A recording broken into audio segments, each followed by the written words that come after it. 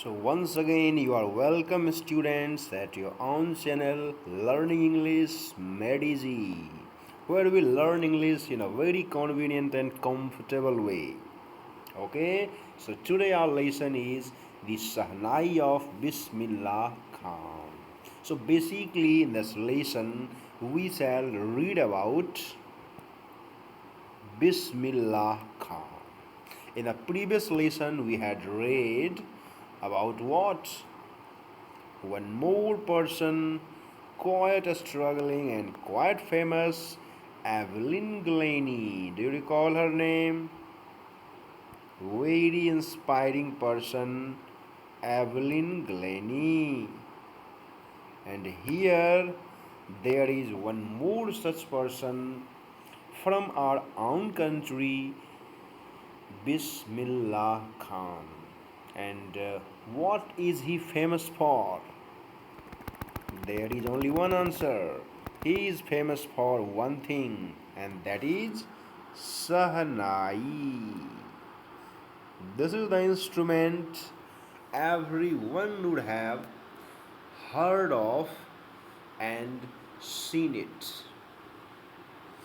Whenever any auspicious occasion comes, Sahnai is played, and even in gloomy situation, Sahnai is played. So, whatever the situation may be, gloomy or glad, Sahnai comes there to reflect the mood of the situation. Okay? And here you are seeing so many persons with their musical instruments. Just they see one person is playing the flute, and there is sitar, guitar, tabla, and you can say veena, and there are other persons, and finally we have the picture in which one person is playing Sahnai. Okay, and here see what it's written. It says that think of the Sahnai and the first thing you'll probably imagine is a wedding. मतलब कि आप सहनाई के बारे में सोचिए, पहली बात आपको जो याद आएगी वो क्या है? वेडिंग सेरेमनी, ऐसी तरह का कोई फंक्शन। और उसके बाद आपको जो याद आएगी सहनाई के बाद, यानी कि शादी के सहनाई के बारे में सोचे तो सहनाई कब बजती है? शादी में। तो सहनाई सोचे शादी की बात आई। और सहनाई के लिए फेमस कौन है? तो बिस्मिल्लाह खान। ठीक है, लिखा है दी सहनाई मैस्ट्रो। आप जान लीजिए, मैस्ट्रो बोलते हैं उस पर्सन को जो कला के क्षेत्र में एक्सपर्ट हो, उसको बोलते हैं मैस्ट्रो। ठीक, तो बड़ा अच्छा वर्ड है, याद रख सकते हैं आप।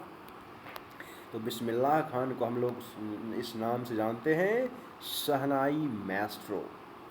ठीक, चलिए आगे कहानी शुरू करते हैं। तो देखिए, लिखा है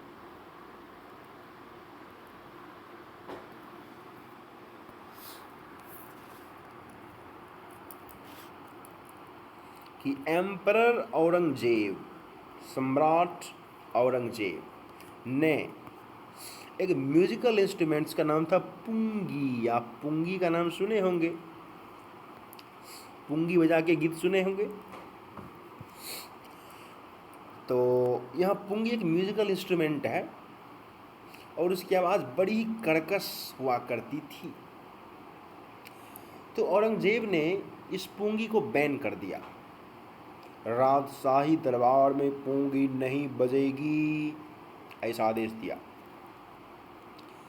और पुंगी एक तरह से जेनेरिक नेम हो गया रीडेड नॉइज मेकर्स के लिए। मतलब कि कोई पाइप जैसा इंस्ट्रूमेंट हो और उसको बजाने पे बेसुरी आवाज़ आए तो उसको कहा गया पुंगी।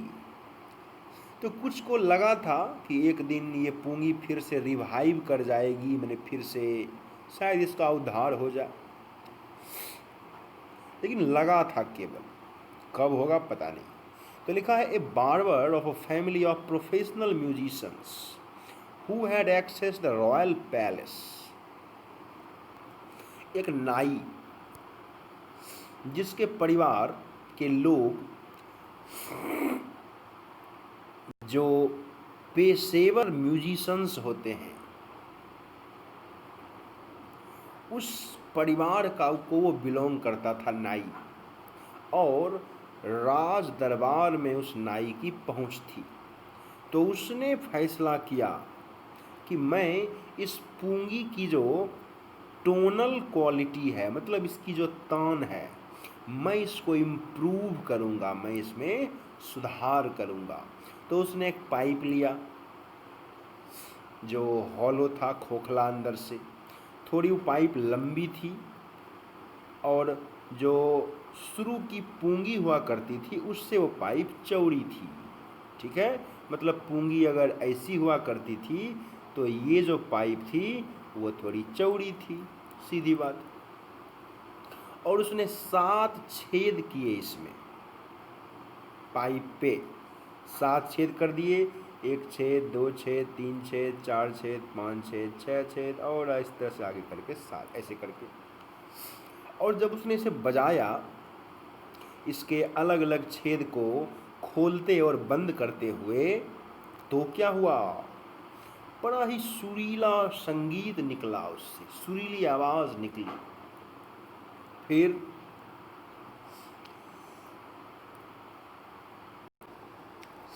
हाँ, तो उसने जब इसे बजाया तो बड़ी सुरीली आवाज निकली। फिर उसने इस इंस्ट्रूमेंट को रॉयल्टी के सामने बजाया, मतलब कि राज परिवार के सामने। सभी एकदम इम्प्रेस हो गए। तो चूंकि ये इंस्ट्रूमेंट पूंगी से अलग थी, इसीलिए इसको एक नया नाम चाहिए था। अब देखिए, जैसा कि कहानी जा रही है, आ रही है, सुनाई जा रही है कि सबसे पहले ये शाह के दरबार में बजाया गया, और नाई के, बार्बर मतलब होता है नाई, तो नाई के द्वारा बजाया गया। तो शाह और नाई मिलके क्या बन गया, शहनाई। ठीक है, तो इस तरह से शहनाई का नाम पड़ा।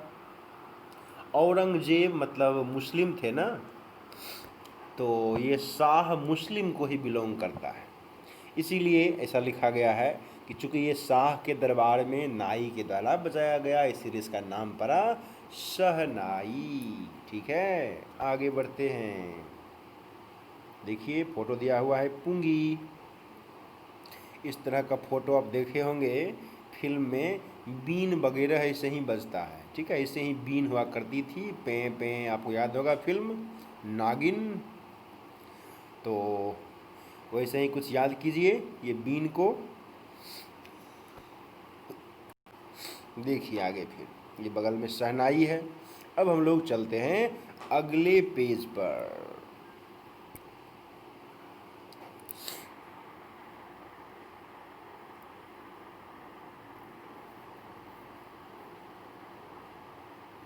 तो फर्स्ट पैराग्राफ हम लोग पढ़ लिए।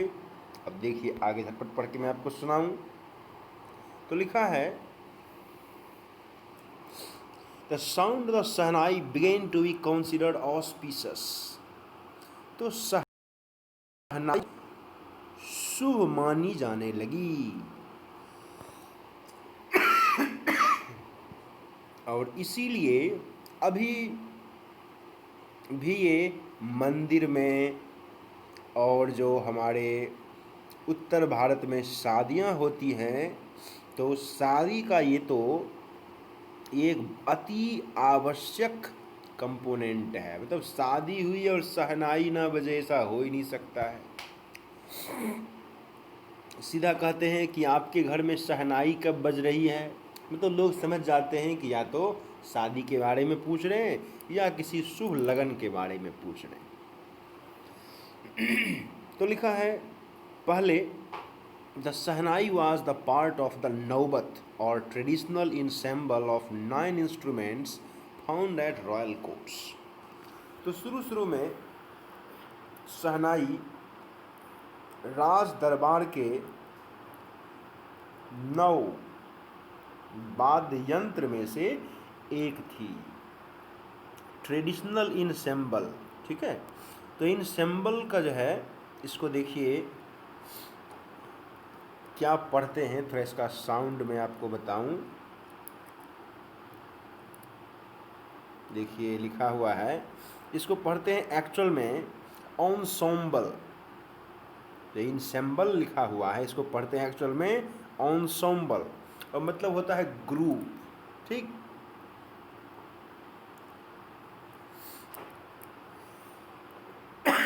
तो लिखा है अभी भी, मैंने हाल तक ये केवल मंदिर और शादियों में भी यूज हुआ करती थी, लेकिन इस शहनाई को क्लासिकल स्टेज तक लाने का श्रेय अगर किसी को जाता है तो वो हैं उस्ताद बिस्मिल्लाह खान।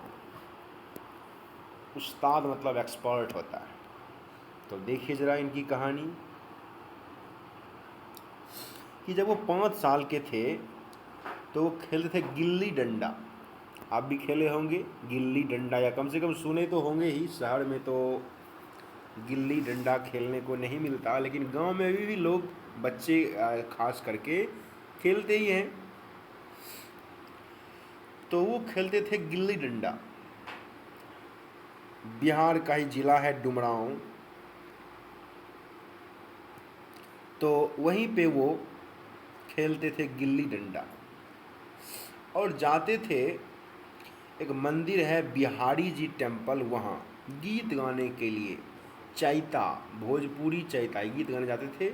और वहाँ पे उन्हें 1.25 किलो का लड्डू मिलता था। जो वहाँ के जो महाराजा थे वो ये 1.25 किलो का लड्डू देते थे। लेकिन ये 80 साल पहले की कहानी है, और उसके बाद से वो छोटा बच्चा कहाँ पहुँच गया है आपको पता है? Highest civilian award, the Bharat रत्न।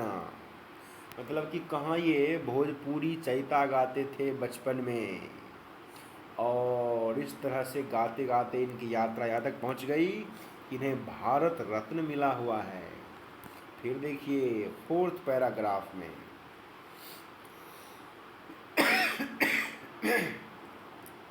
21 मार्च 1916 को जन्मे बिस्मिल्लाह बिहार के नामी गिरामी म्यूजिशंस की फैमिली को बिलोंग करते हैं। इनके दादाजी रसूल बख्श खान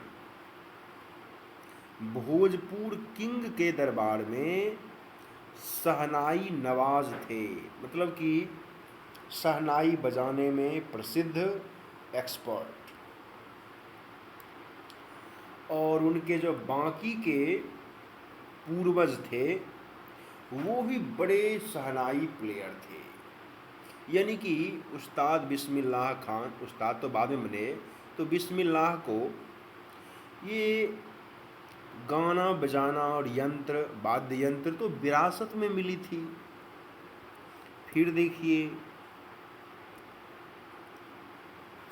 लिखा है young boy took to music early in life.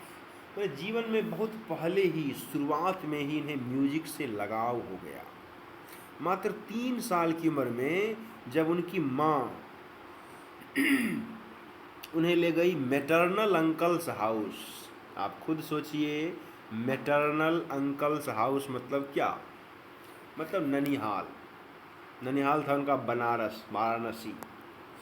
तो वहाँ वो अपने अंकल्स को, अंकल्स मतलब यहाँ क्या हो गया, मामू जी।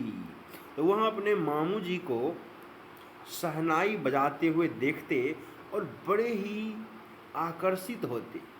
तो जल्दी ही वो भी उनके साथ जाने लगे।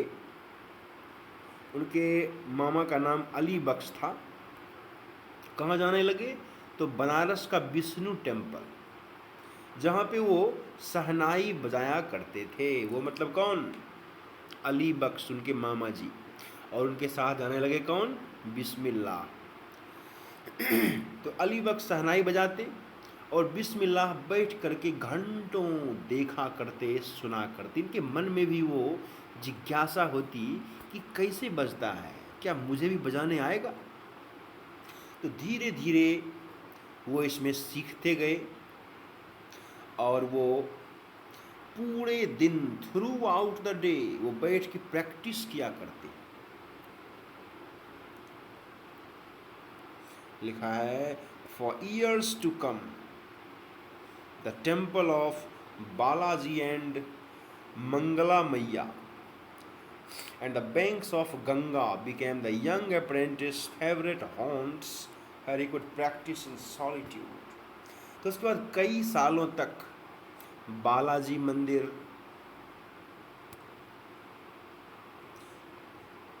फिर ये मंगला मैया मंदिर, फिर गंगा के किनारे, तो ये जो युवा कलाकार था इसका ये फेवरेट हॉन्ट बन गया। हॉन्ट मतलब यहाँ पर वो बार बार आते थे और एकदम अकेले में बैठ के से बजाया करते थे। The flowing waters of the Ganga, मतलब गंगा की धारा बगल में बह रही है छल छल करती हुई, उससे वो और इंस्पायर होते और नई नई धुन राग का आविष्कार करते, खोजते, जो कि शुरू शुरू में शहनाई के रेंज से बाहर मानी जाती थी कि शहनाई से हम कोई नया धुन राग नहीं निकाल सकते। वो उस तरह के राग सोचा करते, बजाया करते। और ये सब कब हो रहा था? बचपन में। देखिए 14 साल की उम्र में बिस्मिल्लाह इलाहाबाद म्यूजिक कॉन्फ्रेंस में गए। At the end of his recital, मतलब कि जब उन्होंने शहनाई बजाई और जब ये सब ख़त्म हुआ तो एक पर्सन थे उस्ताद फैयाज़ खान। उन्होंने इनकी पीठ थपथपाई, पैट मतलब थपथपाना, और कहा work hard and you shall make it, मतलब मेहनत करो बच्चे और तुम कर लोगे, ज़रूर करोगे।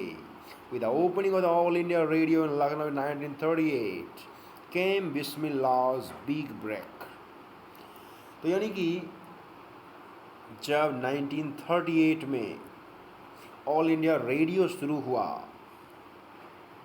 तो बिस्मिल्लाह खान को उसमें बड़ा रोल मिला। जल्दी ही वो अक्सर सुने जाने वाले शहनाई प्लेयर हो गए और जब भारत आज़ाद हुआ अगस्त 15, 1947 को, तो बिस्मिल्लाह खान बने प्रथम भारतीय जिन्होंने अपनी शहनाई से इस देश का अभिवादन किया। He poured his heart out into राग काफ़ी from the Red Fort, ये राग का नाम है। मतलब कि इन्होंने इस तरह से धुन बजाई लाल किले से, जिसमें महात्मा गांधी भी शामिल थे, नेहरू जी भी शामिल थे। तो बहुत ही दिल को छू लेने वाली धुन उन्होंने वहाँ बजाई और सभी मंत्र मुग्ध हो गए उनकी धुन को सुन करके। और बाद में उसी दिन पंडित नेहरू जी ने वहाँ भाषण भी दिया था और उनका ये भाषण बड़ा प्रसिद्ध है, ट्रिस्ट विथ डेस्टिनी। ट्रिस्ट मतलब होता है यहाँ पर कह सकते हैं आप सामंजस्य, कंप्रोमाइज, और डेस्टिनी मतलब होता है भाग्य। मतलब उसी दिन नहीं, नेहरू जी ने बाद में जाकर के ये भाषण दिया और ये भाषण दिया था उन्होंने महात्मा गांधी के देहांत पर। ठीक, तो चलिए आज ही यात्रा लेसन की हो जाती है ख़त्म। इसके बाद बाकी के लिए हम मिलते हैं वीडियो के अगले भाग में। तो फिर से मैं उम्मीद करता हूँ कि आपको ये लेसन समझ में आ रहा होगा और आज भी अच्छा ही लगा होगा। इसी के साथ थैंक यू।